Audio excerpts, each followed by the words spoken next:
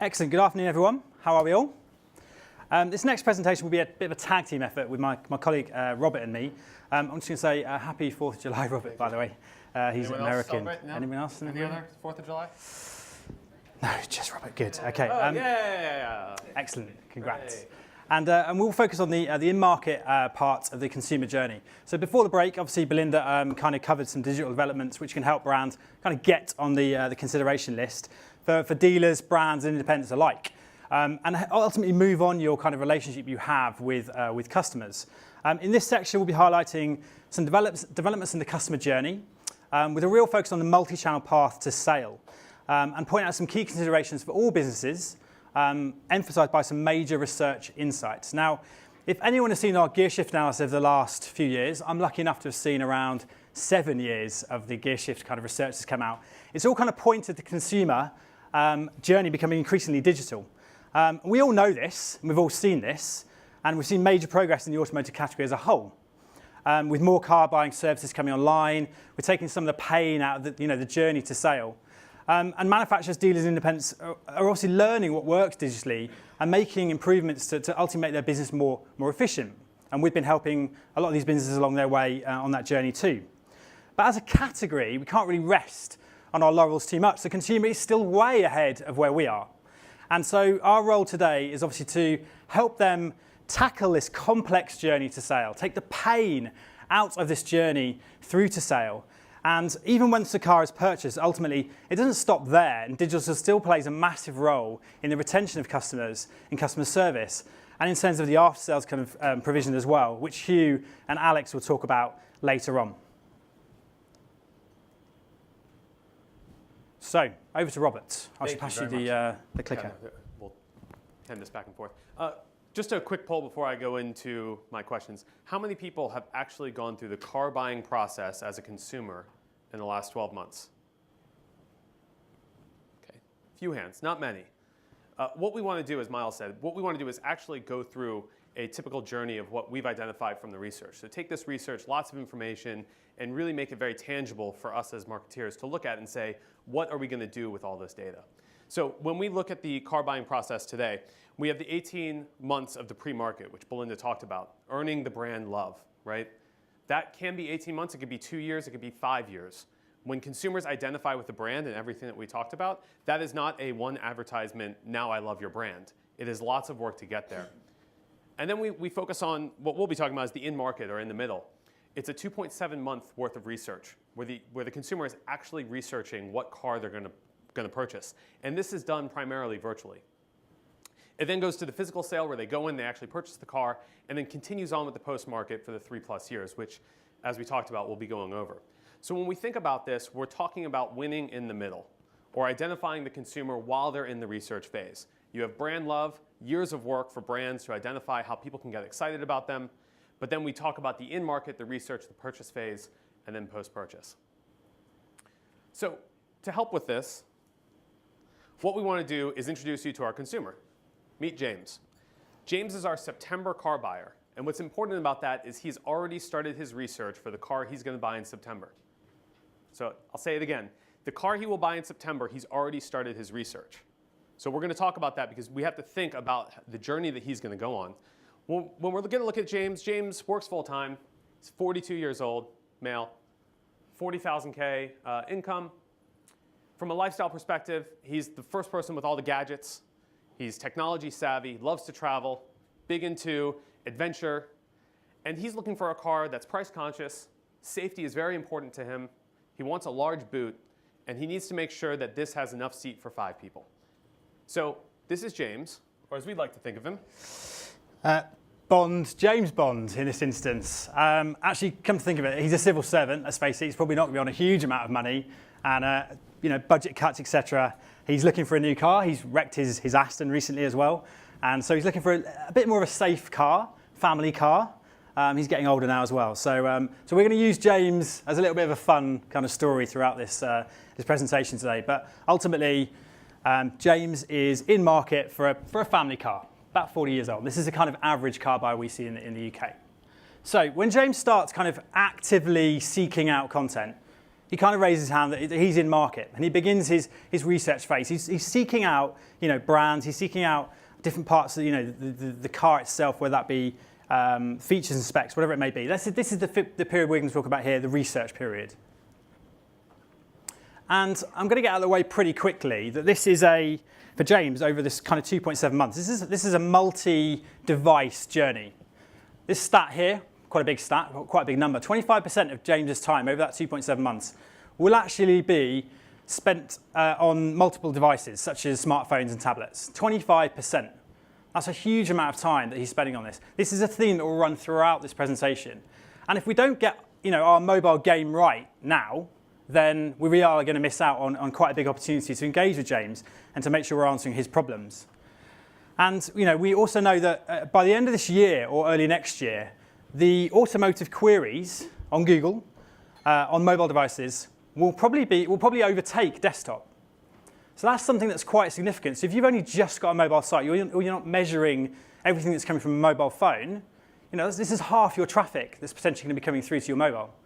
And ultimately, what we refer to as what you need to be doing is looking at the full value of mobile. This really does blur the lines between kind of online and offline.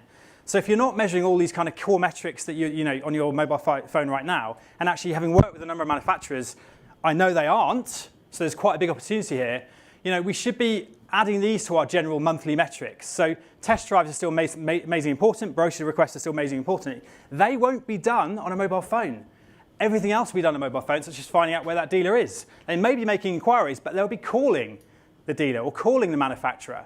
So do we measure core metrics? Do we measure successful calls within our AdWords campaigns as well? If we're not, we're going to be missing out. And then 50% of your traffic could be coming through to a mobile phone in the next kind of 6 months. So we'll move on to the 3 phases that Robert's going to describe. And I'm going to come into the fold with some examples of how you can win in each of these different phases. The first one is brand and model, quite an obvious one. To come in market, you've got to choose your brands and models. And we'll describe that process shortly. Features and specs. Actually, this is a really important one, and Belinda's already kind of mentioned hygiene and hero content. And we'll go into a little bit more detail and show some examples of that. But that's a really key phase for James in determining what is the right vehicle. And he'll do a lot of searches around that. And the final one, the crucial point, the finance and dealer. Finding out what finance deals he can get, the best deal he can. He won't just come to a manufacturer, he won't just go to a dealer, he will go across the market. And then ultimately, seeking out a reputable dealer to do his business with. So he starts his journey. He's going to be thinking about brand and model. And when he starts his journey, he starts with 4 brands in mind, 4 brands and models. And how you get on that first 4 is obviously very important. And that's the work that you do pre-market, earning brand love, to get people to begin to think of your brand. But if you're not on that initial 4 consideration list, this is the time that he's actually considering more brands. He's actively considering up to 8 brands during this period of time. He's looking for information. Somebody says, oh, you're thinking about that car? Have you thought about that car? And he says, no, let me go learn more about that. And then he's actually going to narrow it back down to 4. So he's going to start with 4, go up to 8, back down to 4 over a 1-month period. So this period, again, if we're thinking about the September car buyer, is happening in July. So in this month, he's actually making a lot of his consideration, and he's narrowing it down for the next phase, which is the feature and specs.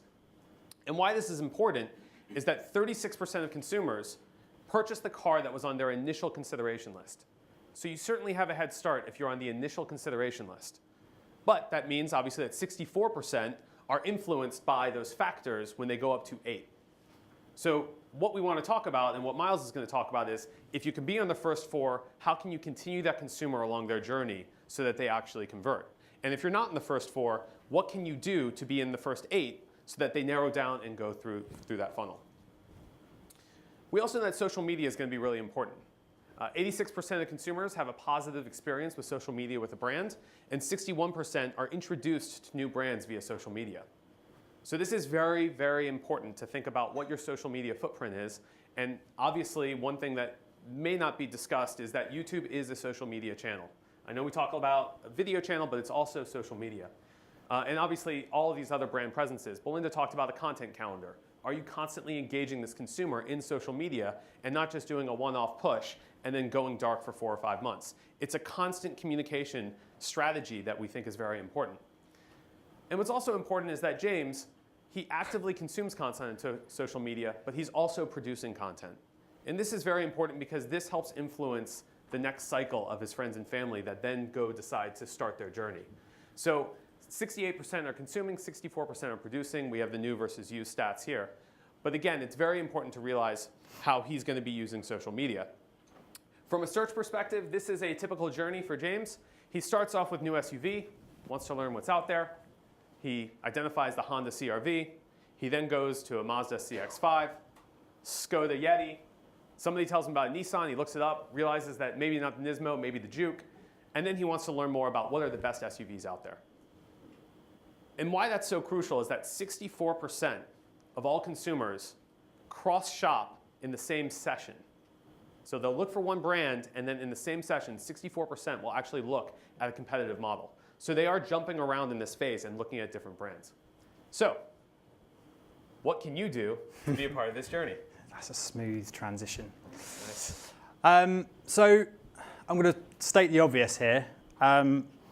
Be there when he's searching, right? And not all brands do this, not all dealers do this, and not all independents will do this. But ultimately, a couple of searches here for new CUV, new SUV. And ultimately, there's a couple of brands there, which is fantastic. These are very generic queries, and Robert just showed the search path there. And ultimately, these will be quite generic to start with. He'll be exploring different models. You may not get a click in this start of the journey. You may not get a click. Does it matter? I'll pose that question. Not really, because you're not going to pay if you don't get a click, right? At the end of the day, this is a brand impression that can still have an effect on that user's consideration list. So be there when they're searching for those, ultimately those kind of category-based terms. Ensure you've got good keyword coverage of, the vehicles and the kind of categories that you are looking to sell cars in. Something we've just launched recently, which is within search again, actually is image ads. Has everyone in the room seen these image ads before? So they've just kind of launched in the last few months. And actually, for me, if I'm looking for a Honda, this could actually be a branded query, or it could be a generic query. It could be, say, luxury cars, could be best SUV, whatever it may be. There's three images there coming up, pretty high quality images above the blue text link. You can imagine what this search result looks like without those three images. It's quite basic. It's just a blue link. Those three images there will enhance that click-through rate by a considerable amount. So it's always worth thinking about what you can do with the images that you have on your site. Something else that, I don't really want to talk about the fact that YouTube is the second biggest search engine. We all know this. It's been said a million times. If you haven't got it yet, I think you should get it today. Ultimately, people will be searching for best SUV, crossover cars, very generic queries again in YouTube search. And I've worked here at Google now for about 3 years. I've worked on YouTube for about 5 or 6 years at agencies as well. And I know that the search engine results that are coming from YouTube have improved dramatically. There used to be a time when you could never find what you really wanted. The algorithm is certainly improved. And actually it's returning channels, it's returning content which is fresh, which is new, which is coming from brands, which is independent. And actually, some brands here, I'm pointing out Volkswagen have got a great experience here. They're trying to obviously conquest customers who are looking for certain vehicles, and Renault again. So, it's possible to do this in this space. I did say to my colleague Daniel here earlier, I only mentioned the word Prime Pack once. You probably, as advertisers, will advertise with the likes of What Car, the likes of Top Gear, the likes of Autocar and Car Magazine already. These are in-market magazines that you will already advertise with, I imagine. And actually, the channels that we have on YouTube, on the automotive pack, as we call it, are exactly those channels. And you can advertise with those and get in front of every single in-market consumer in a month period with a video ad. I'm just going to show you a very quick video of how that looks.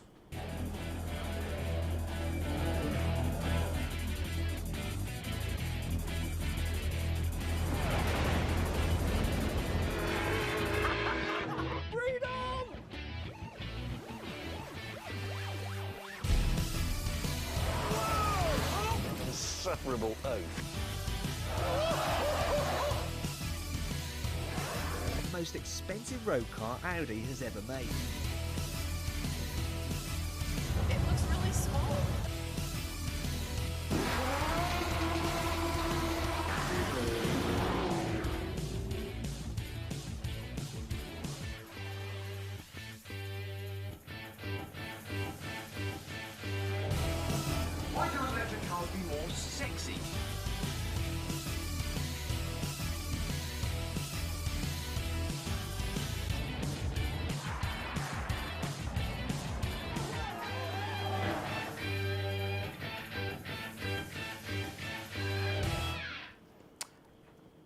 Awesome. And if I haven't kind of made my point about mobile enough so far, and we will do more of this, have I, Robert? No, keep doing it. So at least a third of the views that will be kind of shown in this automotive pack will be shown on mobile, simply because this is where James and the automotive kind of buyer right now is getting his video fix. So at least a third.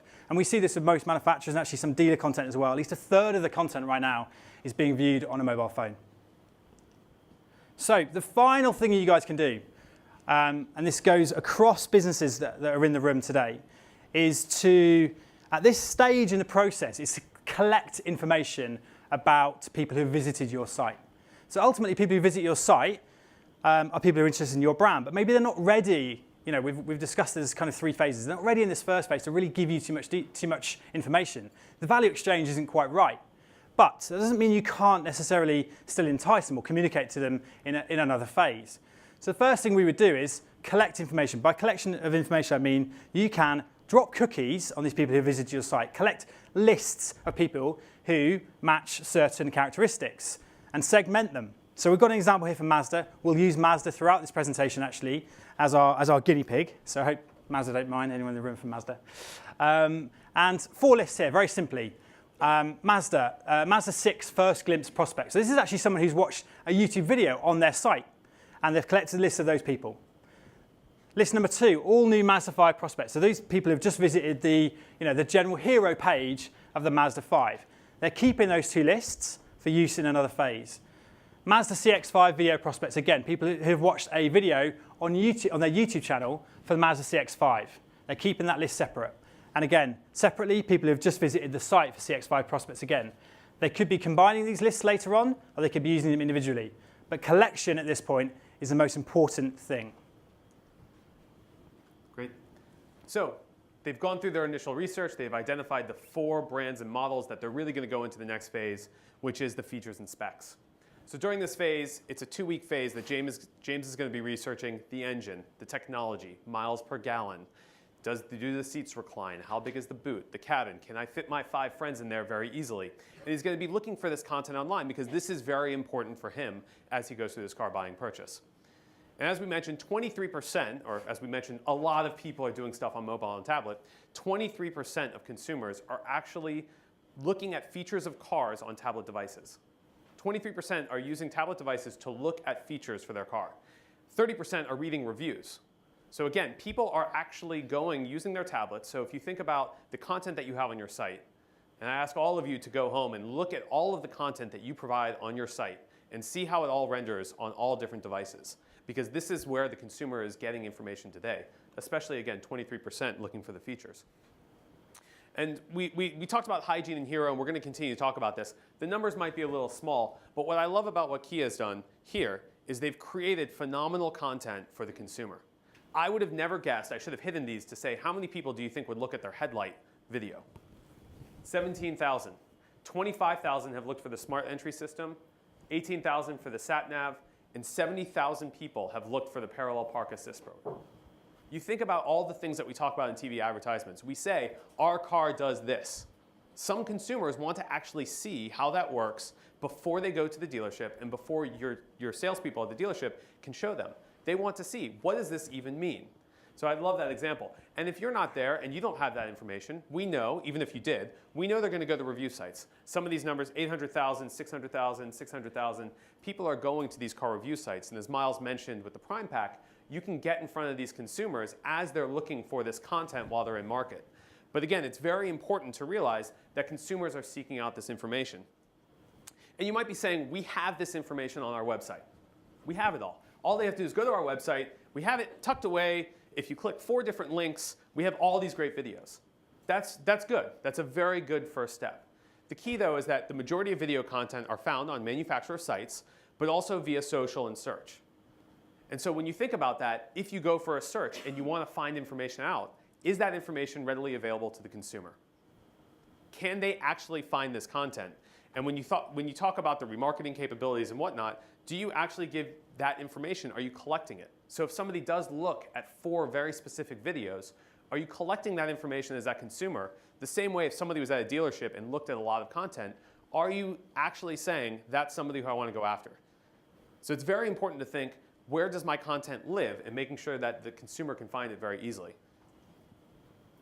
And so when we think about the search phase for this, James, as we mentioned, he's down to 4 cars or so after his initial.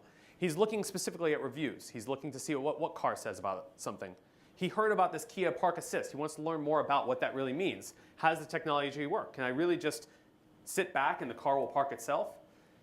He loves music, so he wants to know, what's this Bose system for the Skoda Yeti? And then finally, he wants to know about the boot capacity because he likes to fit a lot of things in the back of his trunk. People, Guns, yeah. Anyhow, so what can you do to be part of this journey? Back to some really good examples now. So, as Robert's just mentioned, James is in this phase where he's looking at reviews. He stumbled across the Telegraph. Interesting, he's going to read the review here. There is an ad on the right-hand side. Okay, so it's a contextually relevant ad, ultimately, BMW for BMW. Okay, it's not quite the same car, but you get the picture right at the end of the day. If James is interested, ultimately, you're giving the option to engage with your brand here at this point. And we'd like to think that in a number of occasions, he will hover over that ad and he will view the multiple videos that are within this lightbox, sends the screen back, black at the back, and ultimately he's going to watch 3 or 4 videos around the kind of features of the car. This is so simply done. This is not a complicated thing. You could pull in 4 YouTube videos in here very, very simply. Contextually relevant, he's viewing the features, and again, as Rob was saying earlier, you can collect cookies off these people who have viewed these videos for later remarketing. I think it's a very simple, it's kind of less intrusive than advertising kind of ever has been. You're not forcing too much down his neck. If he chooses to engage with this advert, you'll pay. If he doesn't choose to engage, you won't pay. It's as simple as that. Very cost-efficient way of doing it. And going back to what I was talking about earlier around the collection and segmentation, you probably saw the giant Terry's chocolate orange that I kind of used to showcase the collection and segment. We're now going to kind of move on to the engage phase. So how can we use these lists cleverly to kind of move our consumer down the kind of purchase funnel? So a couple of great examples here, and this can be done, as I mentioned here, in search, on YouTube, on mobile, even display now. So in the room, who has heard of a product that we've just launched again? It was in beta, I think it's still in beta, called remarketing lists for search. Yes, a lot of the agency people have, maybe not all the clients. But ultimately, if you've collected this list, which we mentioned earlier, this little cookie jar here of Mazda CX-5 prospects, so they visited the page, haven't done anything. You can tailor your message next time they're in search, and you can tailor your bid to ensure you again, in position 1, to help them explore the features of the car, get them to come through. So the ad has been changed from, it could be just come to our site through to explore the MX-5's awarding features. And something that Mazda have done here very cleverly is they've added something what we call a review extension. So they've just won Car of the Year for the best SUV with Auto Express, just announced the other day. They have added a quote from Auto Express's site or publication and pulled that into their ad. Now, this is a period, remember, where James is looking at independent reviews. He's looking at the features of the car. This helps give extra credence to that advert and ultimately will help drive a higher click-through rate. So I think this is a really great example to show. The second one is, again, if you've got somebody who's watched the first hero video, you've got them engaged, back to Belinda's point about kind of hero content, you've got this potential customer, James, to watch one of your videos. And it's a hero video, it's 2 or 3 minutes long. Well, that's great, but ultimately maybe you want to push him down again towards the funnel, towards the bottom of the funnel, and you want to show him the features of the car. Well, you can do that through your remarketing. Again, next time he's in YouTube, show him a 30-second ad or a 10-second ad or whatever it is of the features of the car. Could even be a 2-3 minute ad, doesn't really matter. But ultimately what you're doing is you're helping show more than one bit of content. You're helping show a playlist of content to that customer. And again, with the ads on YouTube generally, if it's not a forced view in most occasions, it's a user choice. So if they don't want to see it, they won't see it. So ultimately, it works in your favor. Something else is, again, it's kind of going back to the hygiene part of your use of content. But providing it in the right context and giving the right content at the right time. I think this is probably the best example here. And again, Volkswagen are kind of conquesting a lot of searches in YouTube. But Skoda Yeti 2013 review. There's no ad there at the moment, but ultimately they're going to be going through to those 2 third-party sites. Now, we're not saying you always have to take traffic to your site where maybe you don't have reviews, because ultimately, it's about relevance to the user's journey. But you can maybe send them to YouTube, where there is a featured video for your car. So again, you can do that on mobile, you can do that on desktop. Now, something else that we wanted to bring up today was actually it's quite clever, and we're going to have to switch to the laptop in one moment. Yes, here we go.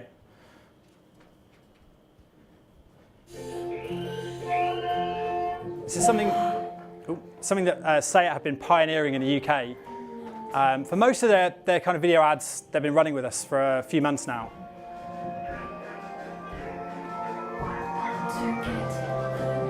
Why would you skip this ad? Why would you skip that ad? Good Never question. skip it. It's great.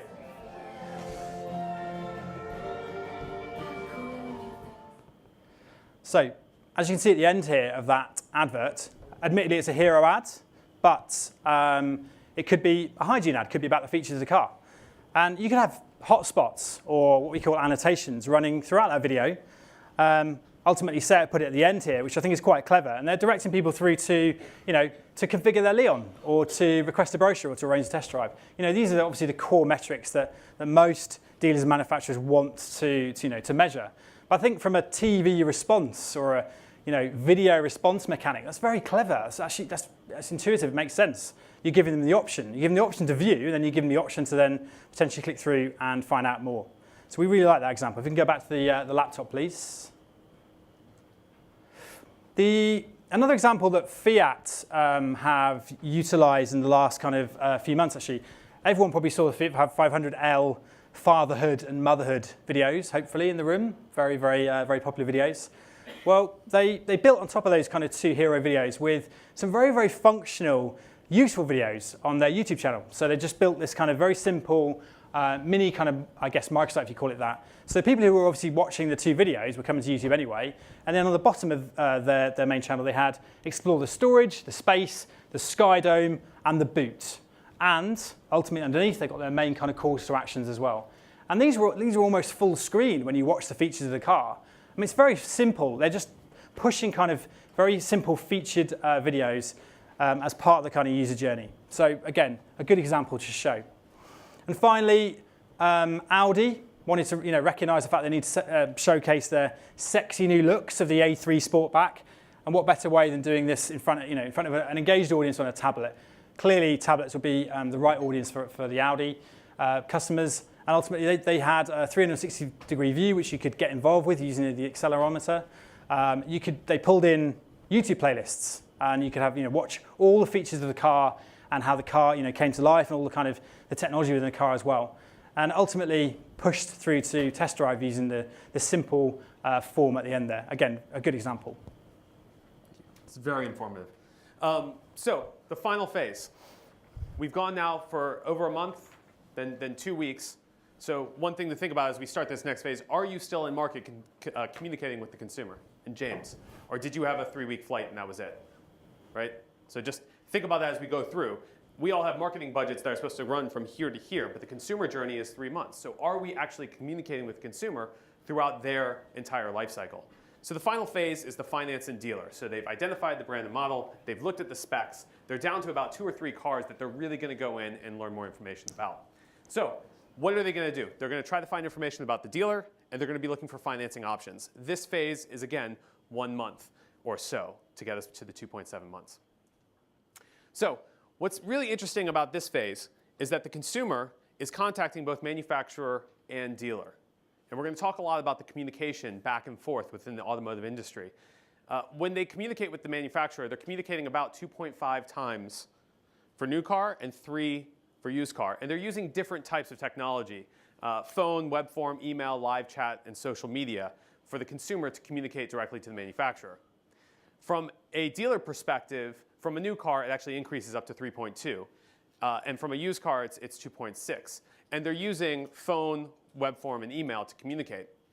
What's really interesting about this, though, is that 59% of consumers are unhappy with the response that manufacturers give them. 59% of consumers are unhappy with the response manufacturers give them. And we don't want James unhappy.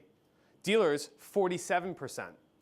So if you think about this, these are very high, almost 50% of all consumers for the dealer and over 50% of the manufacturer are not happy with the response that they're receiving.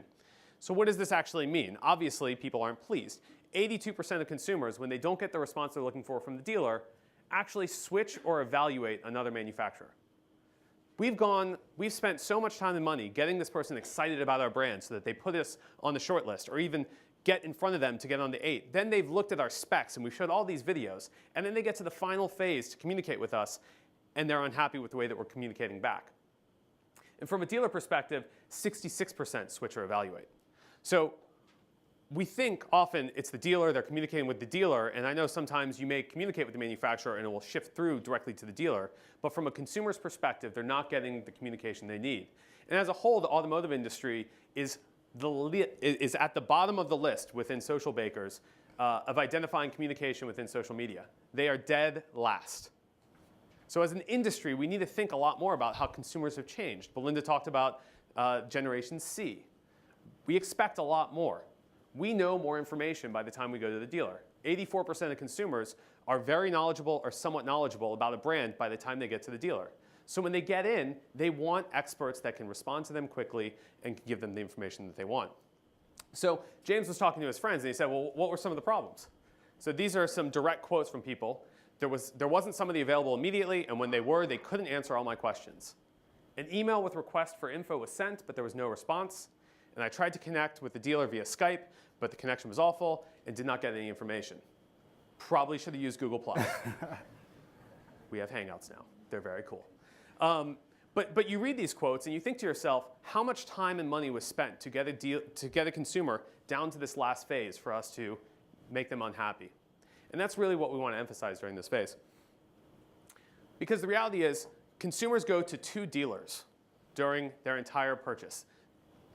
2 dealers. That includes when they actually go to make the purchase. So when they're going into the dealership, they are already ready to go. They know what they want. And they're only doing 1 to 2 test drives during the entire research phase. So again, we talked about the virtual research and the actual in-person research. The in-person research now is so vital because there's so much information during the virtual research phase that when they actually get to the dealer, they expect a lot because they're very close to making a decision. And while they're at the dealer, 20% of consumers are actually cross-shopping in the dealership. Oh, you're saying this? Let me just check that out. That's 20% of consumers. 17% of consumers are doing this on tablets. So we know that while they're there, they're also looking at additional information. So when you think about the journey during this phase, James is going to be looking for finance deals. He's looking to see what information he can get, both from a manufacturer and from external sources. He's going to be looking at specific dealerships, used car dealerships, and other information. And eventually, he's hopefully going to make his way to the dealer. So how can you participate in this stage? I really love that bit about the. I just can't imagine how salesmen feel when somebody comes in with a mobile phone. They're like, well, I can see it down the road at £100 less or £5,000 less, whatever it may be. Must be really intimidating. And actually, why not participate in that conversation when consumers are unsure about a deal potentially? Volvo Cars Reading, a kind of local search here. So I'm looking for a Volvo dealership. It comes up with the directions, how far I am away from it. Very simple click-to-call ad from a local dealer. It could even be price information. It could be whatever information you want. But ultimately, I'm at another dealership potentially, and I'm going to kick on to a new one. So you're conquesting that kind of that customer in that space. Right, back to my engage kind of phase. So you've collected some lists early on. You've used some lists in the kind of feature and specs phase. Well, how can you use lists as well in the kind of final phase when you're trying to get people to move down to the dealership, or even just to ultimately to get them to test drive? Well, in the same way, we're using Mazda. You can use these messages in search or in YouTube and mobile display, but ultimately we're just going to give you a couple of search examples here. So, cookie list, Mazda CX-5, I've downloaded a brochure, okay? I've downloaded a brochure. I probably haven't given you any information, which means you can't pull them into your CRM program. If they've downloaded a brochure, you can still contact them and say, look, you know what, we kind of know you've got a brochure in search. Come and have a 48-hour test drive. This is a promotional just for this weekend only. For you on our list, there's only probably 200-300 on the list, whatever it may be. For this weekend you can have a 48-hour test drive. I think that's a fantastic thing to offer, and a click-to-call functionality there. Second one may be just a used car search or a Mazda contact us page where they've just dropped off. They've not bothered filling in the 35 fields they have to fill in to get the information across to the manufacturer. And so potentially they can use that to push them down to a dealership with, they can get a specific kind of free 2-year service plan on every used Mazda bought this weekend. So just a couple of examples where you can use kind of remarketing, which is kind of old now, to be honest, but I think from a search perspective, it's very, very new and very clever. Right, we kind of reached the final furlong, the purchase period. And Robert's already mentioned the kind of experience James has gone throughout the dealership. So what car do we think James ended up buying during this cycle? Any questions in the room? Who's been the main person we've talked about throughout this? Mazda, yes, a few others. No, actually, ultimately he ended up buying a Range Rover simply because he got promotional money for it. And like a lot of people in the room, probably didn't even have to buy the car, let's face it. So that was James's decision at the end. So, ruined it for everyone, sorry. Just went through the whole journey of what he's doing. And Mazda was so there for a second, and then finally he just decided to go back to one of his 8, probably. Yeah. Okay, so we've reached the end of our kind of 2.7 month period, this very intense research journey. But what have we learnt, and what do you need to consider now, kind of given this information? So we've kind of given you 5 points here, and actually in the back of your book you'll find kind of a summary of this as well with some important questions. But orchestration, so good questions here. Can you afford not to have an in-market strategy that covers all touch points? We've mentioned quite a lot of touch points here. And winning the middle requires kind of bringing together your branding geniuses as well as your kind of data-driven digital guys together to create that spark of resonance. Without that, it's going to be very difficult to succeed in the moment that matters. And secondly, message and media. Do you provide the right information on the right device at the right time? I think it's very simple, but it's quite difficult actually to pull off. So what proportion of your in-market budget is accountable to reaching people specifically who are in market? What proportion is focused on those who are not interested in your brand? And are you talking to the buyers at the right moment? That's the key thing. Measurement requires you to segment and value your customers differently. Treat people who may not be into your brand straight away slightly differently to those who are totally into your brand straight away. And I think measurement also comes down to the point about what we were saying about mobile and the full value of mobile earlier. Are you measuring every single metric you can from mobile and tablet devices right now, given that they offer us now new metrics to take on board and to learn about and to ultimately drive new conversions? And leads. So I think we kind of hammered home this point quite a lot, but do you feed back in time and with the right answers to digital inquiries? If you don't, James is going to simply reselect his brands or reselect his models or reselect the dealer, and you'll fall off that list. So if automotive is still at the bottom of that kind of scale, I know it was Social Bakers was a source for that. Social Bakers even. Bakers, sorry. Source for that information. But ultimately, everyone needs to pull together to improve the level of service we are giving in-market car buyers. And finally, a question probably for dealers in this room. Do you treat your site visits as showroom footfall? So we've already talked about only having kind of one bite of the cherry. Very few kind of dealer visits now.